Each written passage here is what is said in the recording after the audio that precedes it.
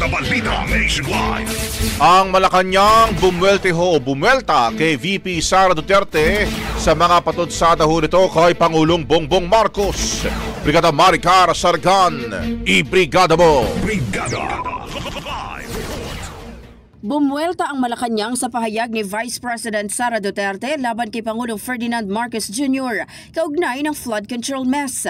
Kinwestiyon kasi ni VP Sara ang Pangulo sa di umano'y pagpapabaya sa mga kongresistang bumiyahe abroad at mag-resign para maiwasan ang pananagutan. Wala mang nabanggit na pangalan ng pangalawang Pangulo, nabatid na nasasangkot sa kontrobersiya ngayon sina Representative Zaldico na nasa ibang bansa at ang nag-resign na House Speaker na si Martin Romualdez.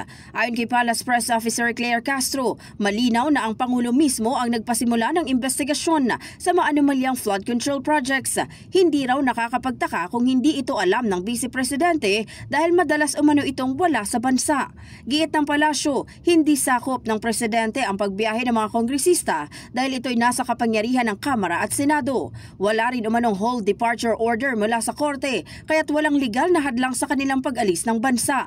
Binanatan din ni Castro si Duterte na nakailang biyahe rin sa ibang bansa kung saan umabot pa raw sa 7.4 million ang gastos ng gobyerno para sa seguridad at personnel ng kanyang opisina. Giit ng palasyo, anong kaibahan ng biyahe niya kay Zaldico? Gayong hinayaan rin daw siyang makabiyahe abroad kahit may kinakaharap din siyang usapin ng korupsyon na bahagi ng articles of impeachment laban sa kanya. In the heart of changing lives, ako si Brigada Maricar Sargan ng 105.1 Brigada News FM Manila, The Music and News Authority. Ang bahaging ito ay hatid sa atin ng Standout ES4 Capsule. Simulang tuparin ang pangarap ng iyong anak. And starting now,